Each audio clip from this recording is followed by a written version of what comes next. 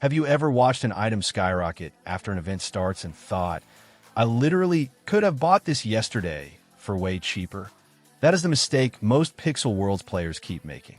They wait until everyone is already talking about the event, then they try to buy the same items everyone else wants. By that point, the profit is usually already gone.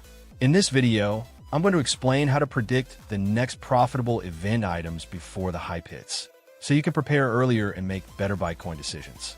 Before we get into it, remember we're doing a 3-letter world giveaway every 100 subscribers.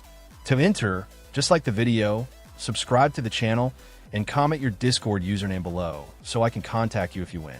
The first thing you need to understand is that Pixel Worlds events are not random in the way most players think.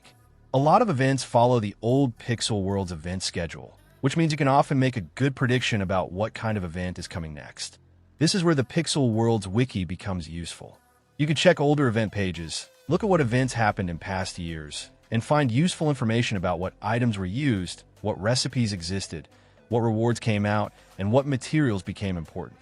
You're not trying to predict the future perfectly. You're trying to notice patterns before the average player does. The easiest way to start is by looking at the event cycle. For example, if the game has been following older event order, and you notice that a seasonal event usually comes after the current one, that gives you a clue. You can search that event on the Pixel Worlds Wiki and look at the old items connected to it. Pay attention to anything that was needed for crafting, farming, fishing, mining, or exchanging during that event. Those are usually the items that become profitable because players suddenly need them at the same time. But you have to be careful. Just because an item was useful before does not mean it will automatically be useful again.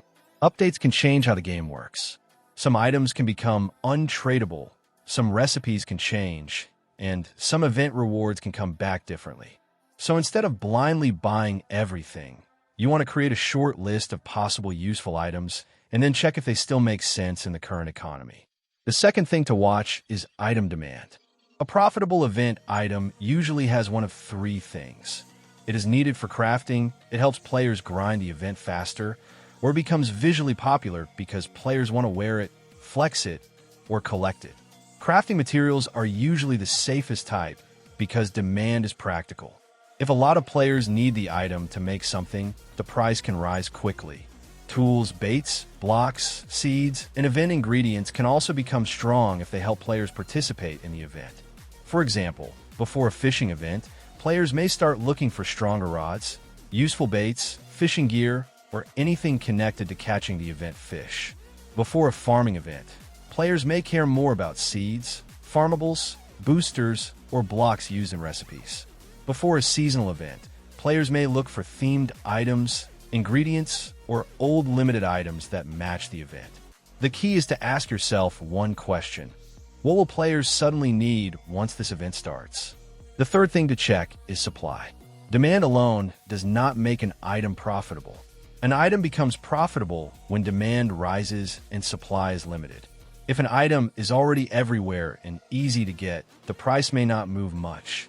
But if the item has low circulation, is annoying to farm, or was ignored before the event, that is where profit can happen. This is why some random items suddenly spike.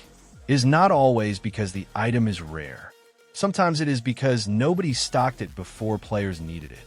This is where PWE becomes important. Do not just look at the cheapest price. Look at how many are actually listed. If there are only a few pages of an item and the price jumps quickly between listings, that could be a sign of weak supply. But if there are hundreds available at similar prices, the item may be harder to push upward unless demand becomes massive. A good target item usually has useful demand, limited supply, and a price that has not already been inflated. The fourth thing is timing. This is where most players lose profit. If you buy after the event is officially announced and everyone is already searching the same items, you're probably late. The best time to prepare is before the hype. That does not mean you should gamble your whole inventory on random guesses. It means you slowly collect items that make sense based on older event patterns, wiki information, and current PWE supply. The safest approach is to buy small at first. Test the market. Do not overpay just because you think something might go up. If an item is already expensive, your risk is higher. If an item is cheap, useful, and has limited listings, your risk is lower. That is the kind of item I would rather target. Another thing you can do is compare old event rewards with current player behavior. Some items become profitable because they are tied to nostalgia. If an old event had a popular wearable, pet, weapon, or cosmetic, players may start caring about similar items when that event returns. Sometimes the profit is not in the main event item. Sometimes it is in the supporting items players forget about until they need them. You should also watch community behavior, but do not blindly follow it. If everyone in broadcasts, Discord, or PWE is already saying the same item is going to rise, be careful. That can mean the item is genuinely useful, but can also mean the price is already being manipulated. A better strategy is to use community hype as confirmation, not as your only reason for buying. You want your own logic first. Wiki history, old event schedule, current supply, current demand, then community attention. A simple formula I use is this. First, identify the likely next event by checking the old Pixel Worlds event schedule and the Pixel Worlds Wiki. Second, list the items connected to that event. Third, separate those items into categories: crafting materials, grind helpers, cosmetic items, and collectibles. Fourth, check PWE supply and price history if you can. Fifth, only buy the items where the risk actually makes sense.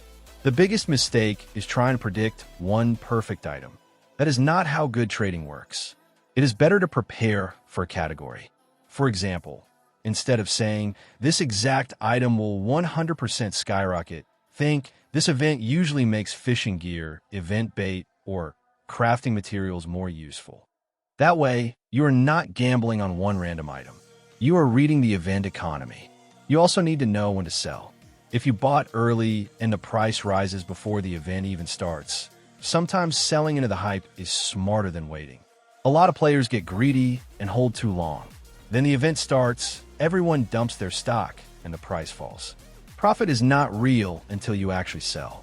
So when an item rises enough that the profit is worth taking, do not be scared to lock it in. This is especially important for items that are only hype-based.